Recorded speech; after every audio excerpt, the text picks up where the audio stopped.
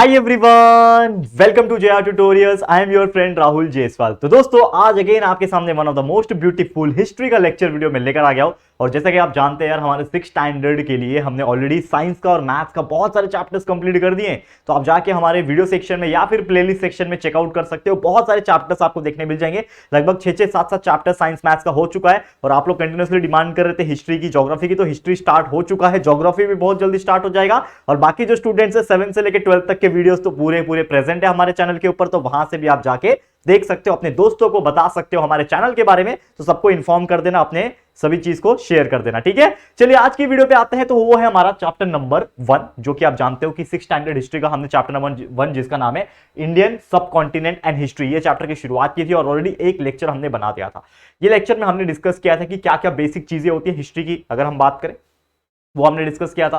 साथ ही में हमने डिस्कस किया था कि कौन कौन से ज्योग्राफिकल फीचर्स होते हैं, जिसमें हमने देखा था बहुत सारी चीजें होते हैं। ज्योग्राफिकल फीचर्स ऑफ इंडिया की बात करें तो बहुत सारे ऐसी चीजें होती है, जैसे कि हिमालय होता है, ठीक है ना। हिमालय के बाद अगर मैं बात करूं, जो गंगा ब्रह्मपुत्र एंड सिंधु नदी का जो प्लेन है वो होता है। उसके बाद अगर मैं बात करूं थार डेजर्ट होता है। ऐसे कई सारी चीजें हैं, तो वो आज हमें डिस्कस करनी है। तो हम जितने भी ज्योग्राफिकल फीचर्स होंगे वो सभी में से नॉर्मली सबसे पहला जो 3 है वो हम लोग आज डिस्कस करने वाले हैं। तो आपको बिल्कुल चिंता करने की बात नहीं है, ठीक है। तो बिल्कुल आप ध्यान लगा के देखना, ठीक है।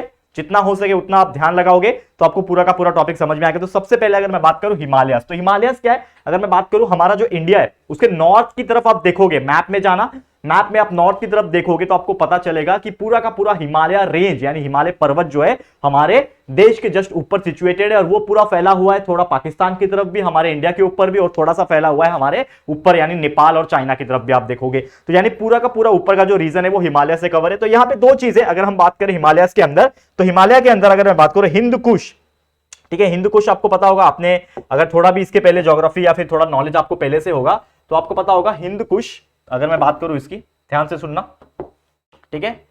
हिंद कुश की अगर मैं बात करूं या फिर जो हिमालय है इसकी रेंज की बात करूं, तो ये हिंद कुश और ये जो हिमालय रेंज है दोस्तों, ये पूरा का पूरा हमारे नॉर्थन साइड, इंडिया के जो नॉर्थ साइड है वहां पे फैले हुए हैं। एंड साथ ही में अगर मैं बात करूं कि ये एक तरीके से ना दीवार जैसा काम करता है, यानी कि नॉर्थ साइड से जब आप देख रहे हो इंडिया को, तो वो बीच में आपको क्या दिखाई देगा? एक बहुत बड़ा पहाड़ी का रेंज दिखाई देगा। वो क्या है? हिंद कुश और हिमालय का माउंटेन रेंज है, जो कि एक तरीके से दीवार जैसा काम करता है। कोई भी किसी भी व्यक्ति को अगर हमारे इंडिया में प्रवेश करना है नॉर्थ साइड से, तो उसको उस माउंटेन को क्रॉस करके आना पड़ेगा, तभी वो आ सकता है। अगर वो पैदल आ रहा होगा, बाद में ऊपर से आ रहा है, हवा में से आ रहा है, यानी एरोप्लेन से आ रहा है तो कोई बात ही नहीं, लेकिन ऊपर से आ रहा है तो उसको हिमालय, जमीन पे से आ रहा है तो हिमालय रेंज उसको क्रॉस करके जाना ही पड़ेगा। साथ ही में अगर मैं बात करूं कि ये जो वॉल है, इसी ने एक तरीके से क्या किया है? सेपरेट किया है जितने भी डेजर्ट्स होते हैं ना, हमारा एशिया, जो सेंट्रल एशिया का जो पार्ट है, डेजर्ट का जो पार्ट है सेंट्रल एशिया का, उसको यही हिमालय के रेंज ने ही सेपरेट किया हुआ है, यानी कि डेजर्ट का पार्ट को हिमालय ने सेपरेट किया है। एंड साथ ही में दोस्तों अगर मैं आपको बता दूं यहां पे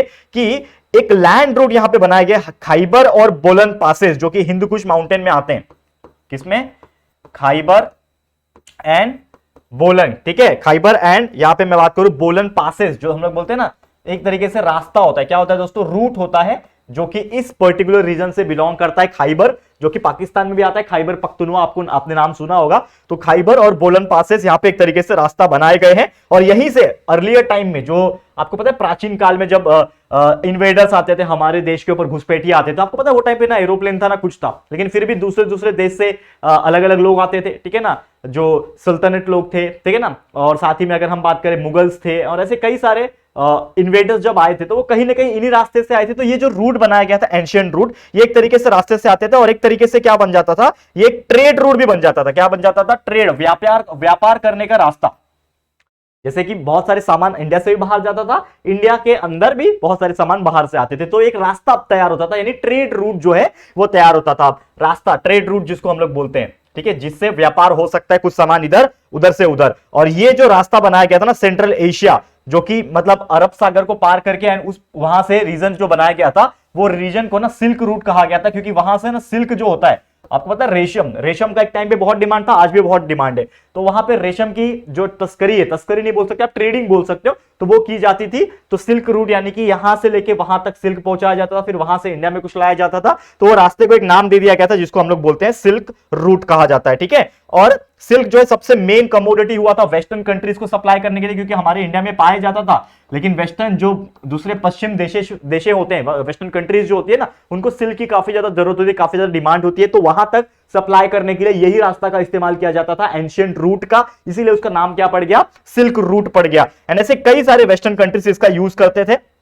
और बहुत सारे इंडिया में जो इन्वेडर्स आए थे, घुसपैठिए जो आए थे हमारे देश को, जो लूट के लेके गए, पता है ना आपको, बहुत सारे लोग आए थे, सुल्तानेट थे, मुगल्स आए थे और कई सारे और लोग आए थे अलग अलग देशों से। तो वो इन्वेडर्स इन्हीं रास्तों से हमारे इंडिया में प्रवेश उन्होंने पाया होगा। लेकिन आज के डेट में अगर बात करो तो ये एरिया जो है बहुत ज्यादा टूरिस्ट का एरिया बन चुका है और बहुत सारे अलग अलग देशों से लोग आते हैं इन जगह को घूमने के लिए, मतलब एक तरीके से टूरिस्ट स्पॉट बन गया है आज के डेट की बात करेंगे तो। क्लियर है, समझ में आ गया हिमालय रेंज के बारे में, या फिर मैं बात करूं हिंद कुश रेंज के बारे में। तो ये सबसे पहला ज्योग्राफिकल फीचर है इंडिया का। अभी आप 6th स्टैंडर्ड में हो तो बहुत बेसिक चीज दी हुई है, पूरा डिटेल में नहीं बताया गया कि पहाड़ कैसे बना और क्या क्या चीजें हैं, कहां पे पड़ता है, ये सब चीज कुछ नहीं बताया गया यहाँ पे। 6th स्टैंडर्ड में हो, बहुत बेसिक चीज रहेगा यार। धीरे धीरे आगे बढ़ोगे, 7वीं 8वीं 9वीं 10वीं जब ज्योग्राफी पढ़ते जाओगे तब और भी बहुत सारी चीजें आपको देखने मिल जाएगी, ठीक है, समझ में आ गया। तो ये था हमारा सबसे पहला टॉपिक जिसका नाम था हिमालयास। अब चलते हैं हम लोग हमारे अगले टॉपिक की तरफ, जो कि है दोस्तों कि जो प्लेन्स होते हैं, एक तरीके से आप बोल सकते हैं ना रिवर बैंक, यानी कि जो नदी बह रही है उसके किनारे के जो जमीन होती है, प्लेन्स होते हैं।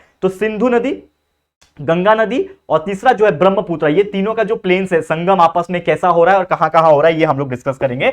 तो second topic is the plain of the Sindhu, Ganga and Brahmaputra, इसके बारे में डिस्कस करेंगे।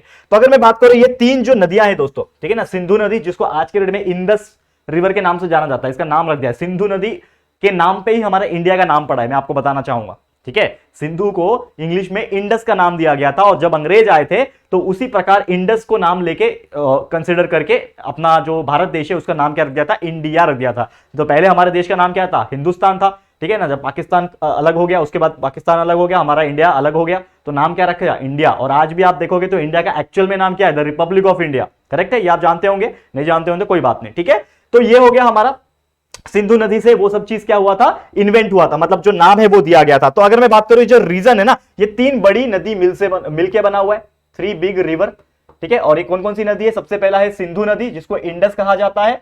दूसरा नदी जैसे मैंने बोला गंगा नदी, हमारे इंडिया का सबसे लंबा नदी, लंबा मतलब क्या, एकदम फैला हुआ नदी। और तीसरा है ब्रह्मपुत्र, ठीक है ना, ब्रह्मपुत्र नदी। ये तीन नदी मिलके ही क्या बनते हैं, ये तीन जो प्लेन्स है वो बनाए जाते हैं, मतलब बना हुआ है नेचर के द्वारा, ठीक है। अब यहाँ पे मैं बात करूं यहाँ पे कि जो रीजन है ना, ये सिंध जो है ना, ये सिंध का जो रीजन है यानी इंडस का जो रीजन है वो पंजाब में भी पाया जाता है और इसका जो फैलाव है कहीं ना कहीं आज के डेट में पाकिस्तान में भी फैला हुआ है। अगर आप देखोगे तो पाकिस्तान में भी कई सारे एरिया है जहां पे इंडस वैली जो इंडस रिवर जो है वहां पे आ जाता है, ठीक है ना। और कहीं ना कहीं अगर मैं बात करूं बांग्लादेश में भी बहुत सारी ब्रह्मपुत्र आप देखोगे तो इसका जो ये है फ्लो है ना, वो बांग्लादेश तक गया हुआ है, जो आज के डेट में बांग्लादेश है, पहले तो वो इंडिया ही था लेकिन बांग्लादेश हो गया आज के डेट में। ऐसे कई सारे आप देखोगे तो वहां पे इंडस नदी के पहले यहां पे सबसे पहला इंडिया का सिविलाइजेशन, एंशिएंट इंडियन सिविलाइजेशन पाया गया था। आपको पता है इंडिया का सबसे पहला सिविलाइजेशन, ठीक है, हड़प्पन सिविलाइजेशन भी कहते हैं उसको, ठीक है। तो हड़प्पन सिविलाइजेशन, आपने शायद एक मूवी देखी होगी मोहनजोदारो करके, ठीक है, तो उसमें भी दिखाया गया है, ठीक है ना, हड़प्पा सिविलाइजेशन। तो Harappan civilization was the earliest civilization और वहां से जो नदी बहती थी उसी का नाम था सिंधु नदी, ठीक है। तो ये नाम रखा गया उसके अकॉर्डिंगली, तो उसके आसपास के प्लेन का यहाँ पे दिया हुआ है। और वहां पे आप देखोगे तो बहुत सारे ऐसे बड़े बड़े एम्पायर्स हमारे देश में रहे हैं उस समय पे, ठीक है। तो ये था plains of the Sindhu, Ganga and Brahmaputra के बारे में, क्लियर है, समझ में आ गया। तो ये था हमारा दूसरा टॉपिक। आज का एक और तीसरा टॉपिक है जो कि है थार डेजर्ट। आपको पता होगा कि दो थार डेजर्ट है हमारे जो इंडिया में, जो सबसे बड़ा डेजर्ट है और एक लौता सबसे बड़ा डेजर्ट है, इसको मैं बोलूंगा थार डेजर्ट। और ये थार डेजर्ट बहुत दूर दूर तक फैला हुआ है, जैसे पूरी दुनिया का सबसे बड़ा डेजर्ट रेगिस्तान बोला जाता है। डेजर्ट का मतलब क्या होता है, रेगिस्तान जहां पे रेत होती है, करेक्ट है।